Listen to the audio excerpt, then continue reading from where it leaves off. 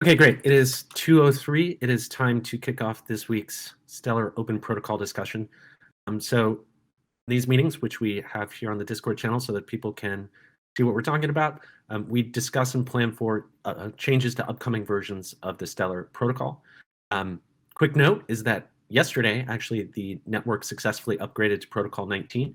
So all the changes that we were talking about a few weeks ago are now live on Stellar. There are now new transaction preconditions and a new type of signer, which are great technical changes that make it easier to build payment channels and bridges to other blockchains and new kinds of key recovery services on Stellar. Every time that there's a protocol upgrade like that, it takes a lot of collaboration across the ecosystem. And I just want to take this second to say thank you to you all, to all the validators who upgraded and voted for the network upgrade, and to everyone who updated their Horizon, their Stellar Core, their Stellar SDKs. I'm always amazed that we can come together and pull these things off. And so thank you. Thank you for your diligence. Thank you for your cooperation. So here we are. We are here to talk about core advancement proposals. These are where changes to the Stellar protocol starts. And at the moment, we're focused on Jump Cannon, which is a new smart contracts runtime. And we've decided to break up a lot of the work on Jump Cannon into discrete sections and to talk about them separately. And if one of the big questions that exists when building out something like this is, or in this case, is asset interoperability, namely how classic assets on classic Stellar can and should interoperate with Jump Cannon. And if you were at the meeting last week, you know that this is a difficult decision. There are a lot of differing opinions about how best to do this. We were at a bit of a loggerheads, but over the course of the week, we've sort of started to figure out a good path forward. So I think to kick things off, I'm going to call on John, who's just going to give us an update as to where we are with that. Hey, thanks, Justin. So basically, I'm just going to kind of do what I did the last time we had a new proposal. I'm just going to go over it. Going to take like 5, maybe 7 minutes, depending on how fast I talk to do this. If you want to actually know a lot about how this works, I encourage you to read the proposal because I'm going to give you like the bird's eye 360-degree view. But let's go. So basically, we have 3 proposals for this now. They are Cap 48, Cap 49, and Cap 54. Don't get confused. They're not extensions of each other. They are not cumulative. They are mutually exclusive. Cap 54 goes the farthest and takes kind of the broadest perspective on this problem. It basically starts from 2 observations. The first observation is we need asset interop with classic assets. And the second observation is if we need native support for that, and that's going to lead to writing something that looks quite like a token, then we might as well provide a good general purpose token that people can use. Obviously, you're not obligated to use it. You can deploy your own token contract if you want, but there'll be some advantages to using this default contract. Among them, like some things that are possible that wouldn't be possible with user-provided contracts, include like a dedicated payments lane with lower fees, things like that. So that's kind of the perspective that we're taking here, that we should try to solve both problems at once and provide an efficient, performant, cheap to use native contract that also gives you asset interop. And so I'm just going to kind of go over this interface a bit. Basically, the interface is like chunked up into a couple logical pieces. The first piece is basically a bunch of data structures that provide either signatures or identifiers for various agents who can use this contract. So this is one of the things that was contentious before. Cap 49 was very focused on the notion that like you own a token by either being a contract or owning an ED25519 private key. And that was how you owned a token, which is very much like ERC20 Ethereum perspective. But it doesn't mesh amazingly with Stellar's perspective of people actually having Stellar accounts that have native multi-sig built into them. So one of the places that we were able to find compromise was by extending this to have 3 identifier types here. You can own a contract as you can own a token as a contract by owning an ED25519 private key, or by being able to provide the signatures for a Stellar account. And so all of these data structures, which are in the section semantics data format, if you're actually looking at the cap, are basically ways of chunking up these chunking up these concepts differently for the following functions. The most important things that you're going to encounter here are just like the last two types, which are identifier and keyed authorization. Those are the types that appear almost everywhere. And just to give an overview of what those types are, an identifier is basically just like which type of agent are you, and then the 32 bytes that identify you. So it's your contract hash, your ED25519 public key, or your account public key. A keyed authorization is like a triple of a nonce, the public key if you're an ED25519 signer, or ED25519 agent, or the account public key, which is also an ED25519 public key if you're an account agent, and then the signatures that you need over all the remaining arguments. So with that said, next segment defines a like tentative signature scheme here. So it basically provides the message format that people are going to sign over. I'm not going to get into the details here because I actually think that this needs a little bit more work. But the general idea is basically, you're signing over all the stuff that you need to make this signal call, and you also need to provide some like domain separation stuff, including what contract you're calling into and the symbol that you're specifically calling, maybe some other domain separation stuff like what's the network passphrase hash, but that's missing. So that's some of the open-ended stuff. Then that's kind of all just like basic machinery. Now we have the four actually interesting interfaces. So the first one is like strictly descriptive.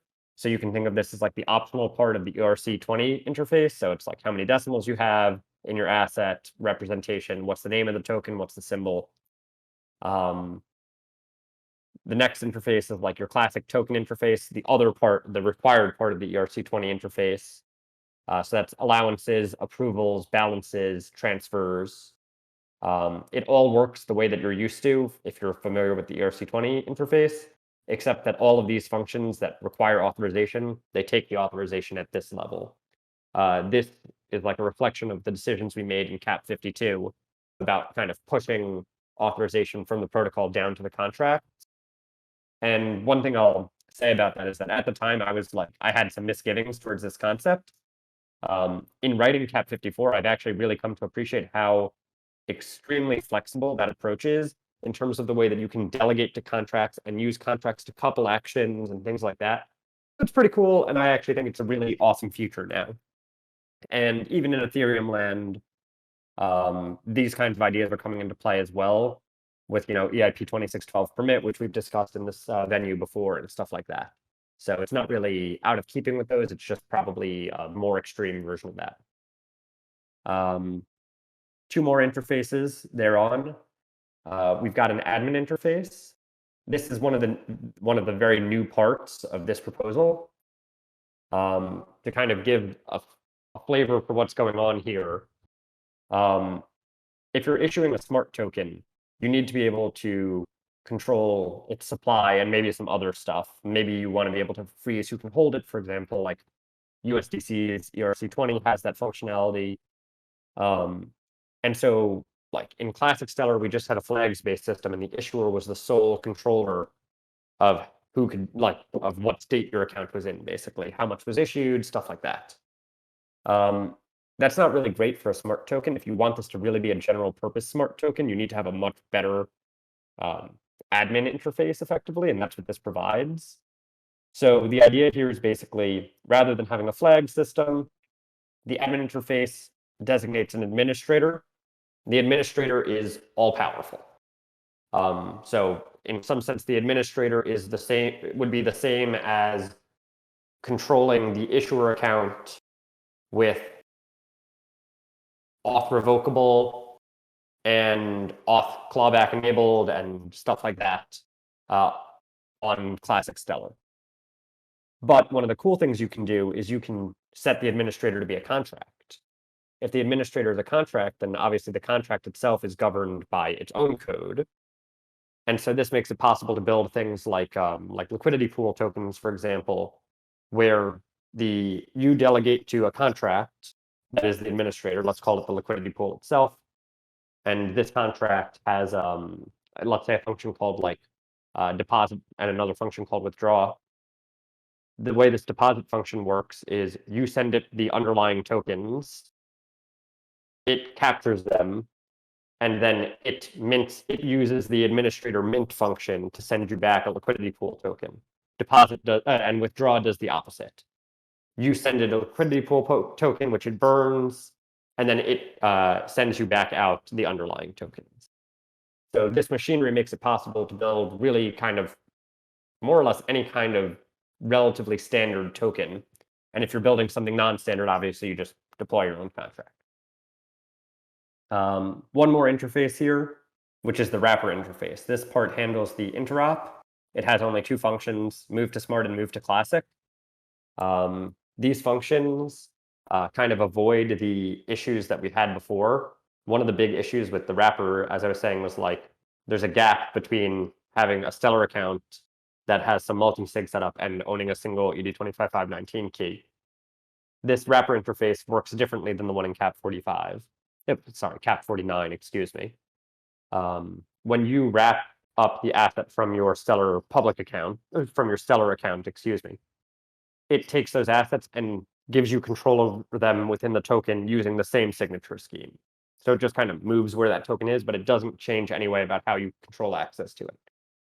Move to Classic does the opposite thing. It takes whatever's wrapped up with your Stellar signature scheme on the smart side and sends it back to Classic. That's all. This proposal also goes over some deployment stuff. We're not totally clear on how this works yet. There's still some open discussion, so I'm just going to skip it.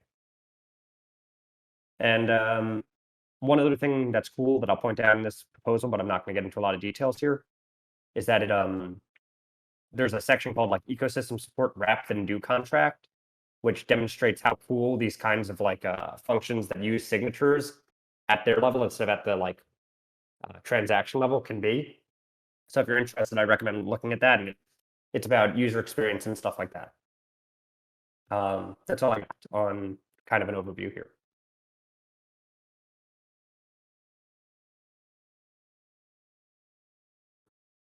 Great. Thank you, John. I guess I can start some comments. I think this is probably the most comprehensive and complete asset interop cap we've seen so far. And it really sits well with cap 52. The highly contentious part here, which I kind of like changed my mind about in the past week or so, is around the wrapping and unwrapping.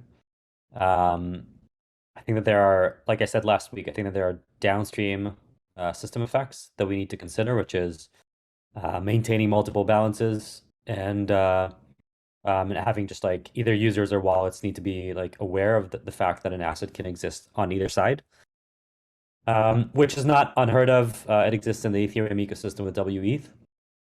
But I would say that considering the fact that we want to build for the future and build like the best infrastructure we can for the future, this seems the path of least resistance to do it without having to introduce significant changes to the classic protocol and how assets are handled and adding things like allowances and such.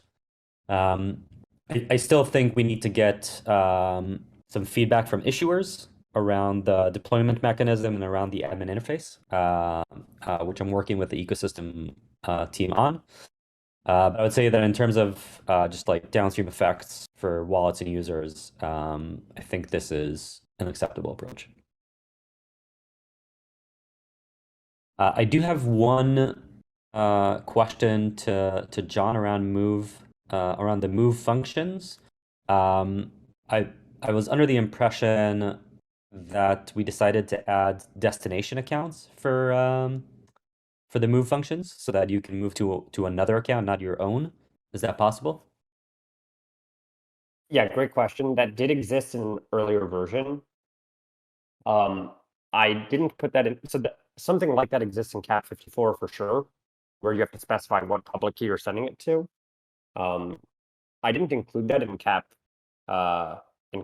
54 because basically it's kind of like, what's the point? Like, if you support that, then what's the difference between just like wrapping and transferring in some sense? like wrap is just a code word for, like in that world, you're basically saying like wrap is a wrap and a transfer. And what I'm saying is maybe they should just be separate. I'm not like super ideological about this. If we think it's really important to do the other thing, I think that's fine. But I think like the thing I demonstrated later in the proposal about the wrap then do contract probably covers those kinds of use cases pretty easily without us providing a lot of protocol support for them.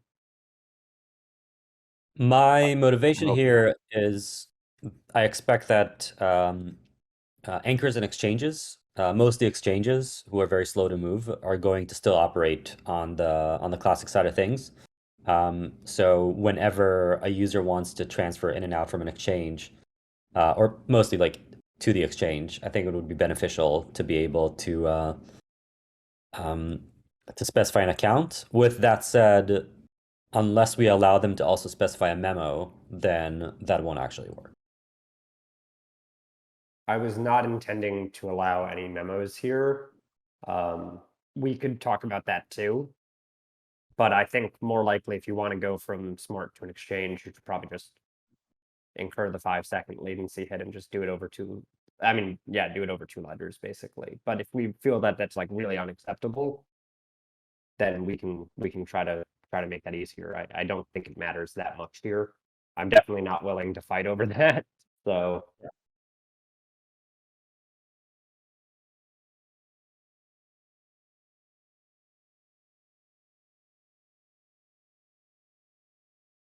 So I guess my question to the room would be, given that the kind of like the wrap and unwrap are like is the most like contentious part of it, do people have a strong opposition to that still?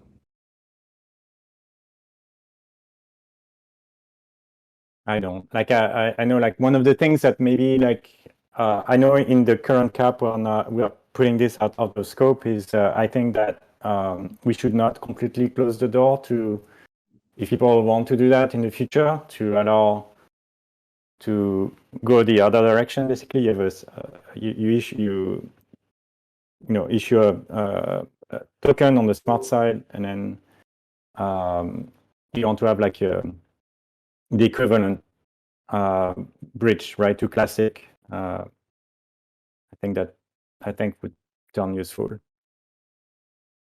But I do understand that I think it's fine to leave it out of scope for now.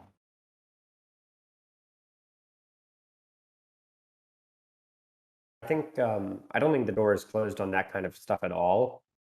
I mean, like from a backwards compatibility perspective, what we'd probably do is just instead of modifying this token implementation, we'd probably just introduce a V2 of this that you can deploy instead. And then if you deploy the V2, you got whatever the new V2 functionality is as well. And that could definitely be included there. Yeah, exactly. I'm not sure that it's useful, which is what, as you're saying, why you're saying like it's probably out of scope here. But like if we later find out it is useful, I'm definitely not opposed.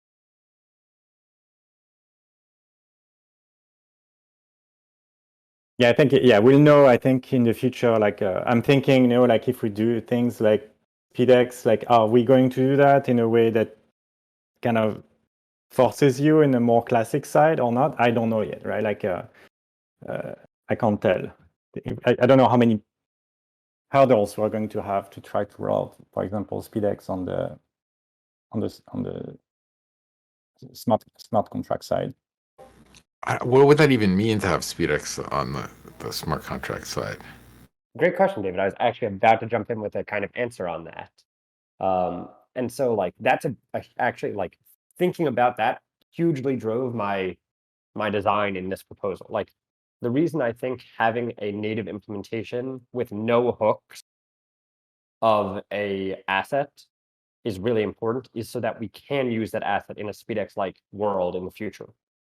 The catch about like a user-defined token is you don't know what it does. Like transfer might not transfer anything at all, or it might have all sorts of conditions, or it might do like I mean it's what it says what it's supposed to do, but not what it literally does.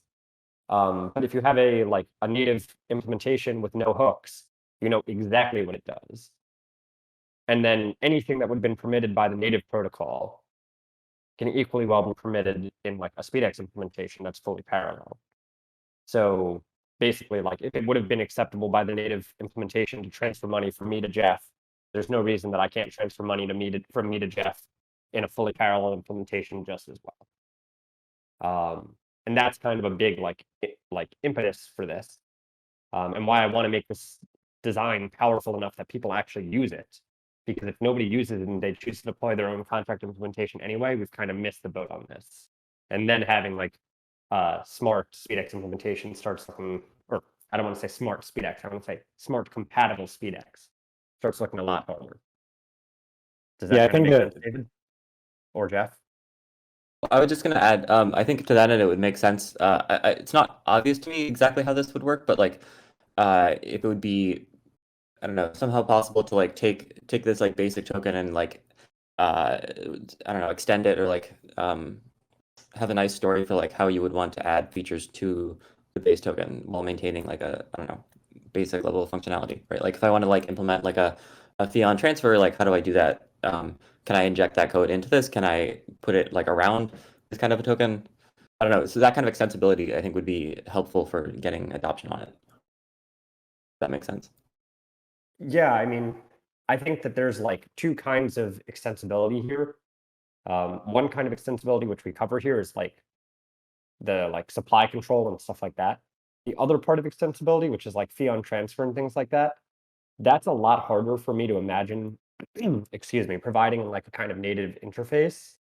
As soon as you like there's like a couple visions, and I'm not about to enumerate all of the possible ones, I'm sure, but some visions for this would be like you have a couple native feature flags that you support in this model, and you can choose to enable them. And whatever that feature flag does, that's kind of the functionality that you're able to get, and that's the full suite. Another version is like a hooks version where you can implement any kind of, before and after that you want. The hooks version, like I just don't see how it could work with SpeedX because the hook could do anything, like literally anything. It's hard to imagine the speed part applying if the hook could do anything, including something really slow. But like the flags part, you could definitely make it compatible with SpeedX. It's just not very it's not very powerful. And so I mean, this I could think even there's like a trade-off space here.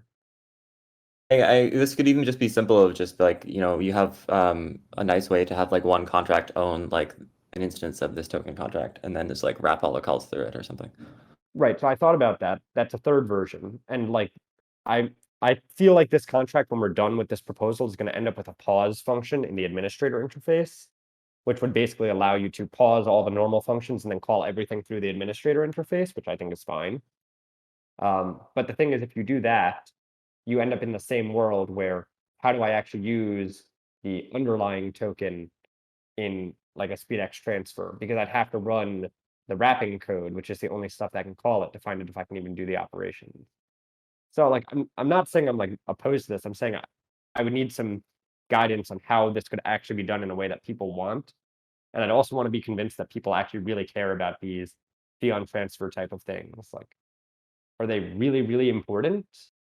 I'm not actually sure. But we should I don't want to like get into like a whole thing about this here, but you and I could probably just have a call about this and like dig into it. Yeah, sure.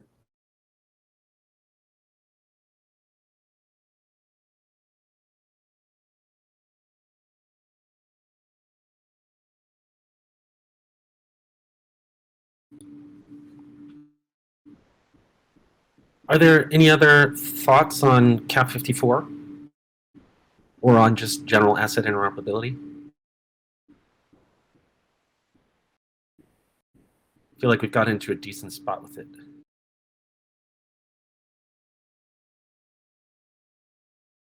Yeah, I think so. Okay, cool. Like we are having like conversations on more like, I don't know, like I would say like implementation details at this point on the cap, but like I think at the high level in terms of like, what that thing is doing, I think we're good.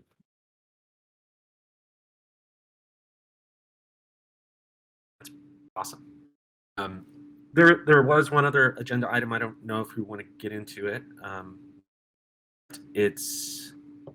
Was some question about calling a host function versus some sort of dedicated install function.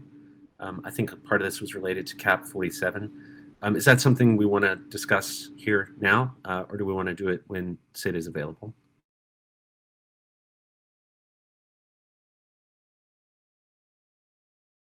I don't know. I think John has actually like that in his proposal. So is it in cap 52 at this point? I don't remember. Too many Yeah, I caps. did retrofit this back into cap 52. I'm okay to talk about it a little bit if you want to. I don't think we have necessarily all the right people here to talk about it, but if we want to go into it a little bit, I think that's fine. I mean, let's just go into it a little bit, but I mean, ultimately, I guess it would be nice to have the right people so that we can sort of make progress if possible. I don't know. Talk about it for a minute. I think it's useful. Okay. I mean, on the plus side, Justin, I'll say that this was actually not an extremely contentious idea when it came up. Like we kind of rallied around this pretty quickly. So maybe it doesn't matter that not everybody's here. But just to fill people in, this was a discussion that came up prompted by Sid in Jump Cannon Dev the other day.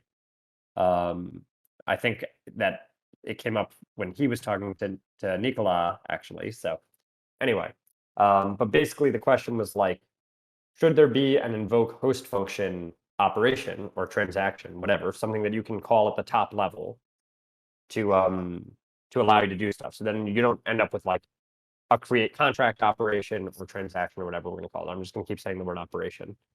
And a, you know, whatever the deployment stuff that we end up for in cap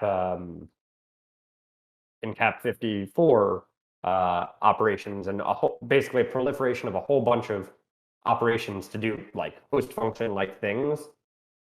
And the kind of idea that this prompted for me was like, well, actually calling a contract itself is a specific instance of a host function. There's like a host function which isn't exactly directly user accessible called call n. Although I think that Jay is working on a variant of this that is actually user accessible, like maybe it's just called call. Not sure right now. But basically recognizing that that is in fact a host function itself, we could then remove the need for like all of these operations and subsume them all into the idea of just invoking a host function. So now, like, you know, in cap 52, I updated it to have an operation called just like invoke host function operation. And this operation takes an enum which says like, which operation am I calling? And then it just takes like a vector of arguments and like a footprint, and that's it. And so like for basically then the host machinery unwraps that and figures out, okay, like I'm calling this host function. It then processes through the vector of arguments and actually calls that host function, which then proceeds maybe into the VM or not. So I thought this was pretty neat and kind of very nicely unifying. In some sense, it's an implementation detail, but in another sense, it ends up becoming like the fundamental unit of the user interface. So.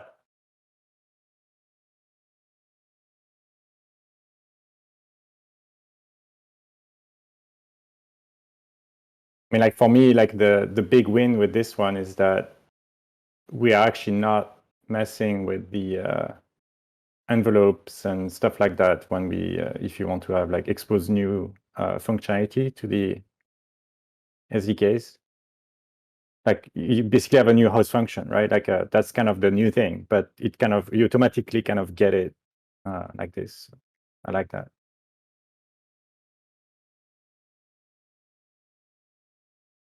My understanding was that Wasm would only add like the import statements for the functions you actually use, basically. So it's I guess it's not at high level. It's not clear to me what the difference is.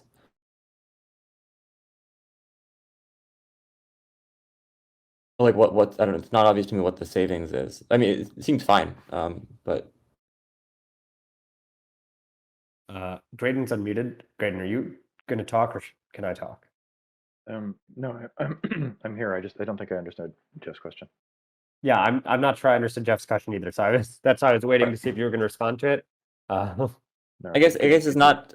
It seems like a fine thing to do. It's not obvious to me what the big savings is, or what the difference is, or why one should favor one over the other. But seems fine.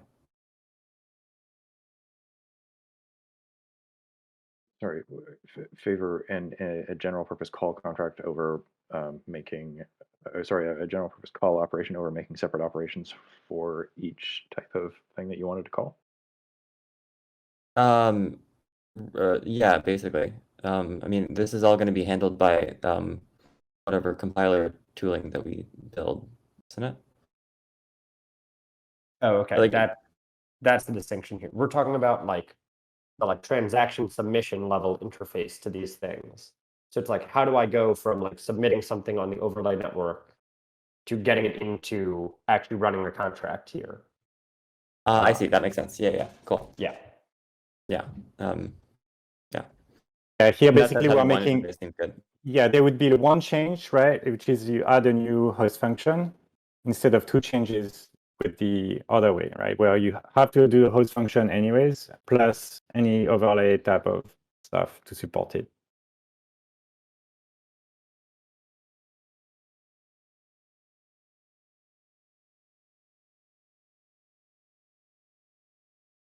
Cool. This is looking like it was as uncontentious as I thought it might be. I mean, I think one thing that you might consider, I don't know, that this whole process has to some extent introduced a new degree of freedom of design in terms of adding things to the host can be done differently than adding things to the XDR. So our existing notion of versioning the protocol and modifying the protocol and extending it has always been focused on XDR definitions and things that can be provoked by extending the XDR. So if you add some XDR vocabulary, what you're doing here is basically the last of several steps here that we've been going through. Maybe one of the last steps where the API of callable functions inside the host is a new extension point for anything. And so I think the only point that I think is worth mentioning is that if we're gonna do that, then it would be prudent to subject host functions to the same sort of change control process that we were previously subjecting XDR to. That we should be careful about just adding new callable host functions willy-nilly, because they have the same sort of level of exposure to anyone can run them at any point just by submitting stuff. I mean, like, even without this change, right? Like, you would have to be extremely careful anyways, right? Because those things can be called by any contract. Yeah. This is the other interesting thing, is that this change produces a way of invoking host contracts from outside, or host functions from outside of contracts. And so anything that the contract VM environment was providing, it needs to be routed in, substituted for. But I think that's mostly just authentication context, and that isn't typically established by or managed by the VM. But I think in some cases, well, anyway, there's a little bit outside plumbing to wire up to make sure that it's equivalent. But yeah, I agree with you. I just think that it sort of highlights that fact, which is that there is by having the host there, it's a new extension interface for the entire protocol. And in some ways, I worry that it's giving us a little bit of a too much of a free hand in the future to just sort of add things without thought, and because it's hey, it's just a host function, it's not protocol level, but it is actually protocol. Like everything that is expressible via a smart contract that accesses host functionality is protocol. One thing I'll say, which mitigates this at least a little bit, is that I didn't build any machinery to pipe through the full set of host functions to this operation. My kind of core observation here was that it doesn't make sense to call any host function that doesn't mutate the state of the ledger in some way, or at least has the capability to mutate the state of the ledger in some way. So right now I just dropped an enum in there, and I just like dropped in the only 2 functions that I could think of that we have right now that actually make sense. I guess you're doing this through an allow list anyway. Exactly. That's exactly what I'm getting at. Yeah, that seems And like, reasonable. sorry. I just said that seems reasonable. Great. Then I don't. Come on, need to say you don't want to add 2 integers like that? Not that much. I mean, like maybe, but not really. I feel like it will be a very low amount of demand for that. The most expensive calculator, right? I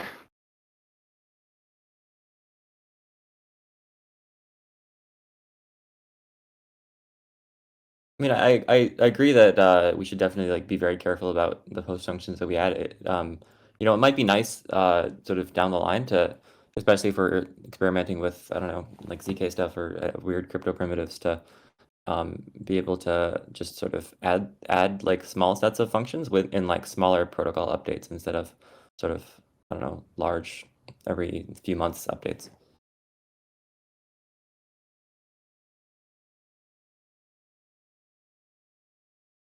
I agree. It would be nice to be able to work in smaller units. I think that like the design of Jump Cannon in general really facilitates that a lot. Like every function just does less now.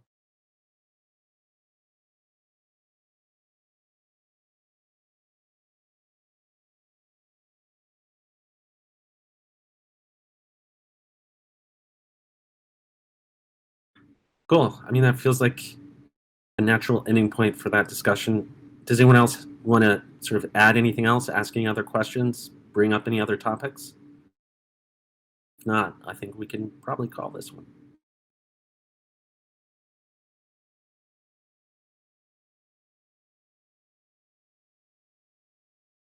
Okay, cool. Well, thanks everybody. Thanks for your thoughts. Thanks for your hard work. Thanks everyone who's watching. Again, if you want to keep up with these discussions as they unfold, please take a look at the Jump Cannon channels here in the Stellar Dev Discord. And when you're there, you'll probably see people talking about all these various caps, these core advancement proposals. Those are in an open source repository, and you'll find links to them. So like read through their proposals, follow the discussions.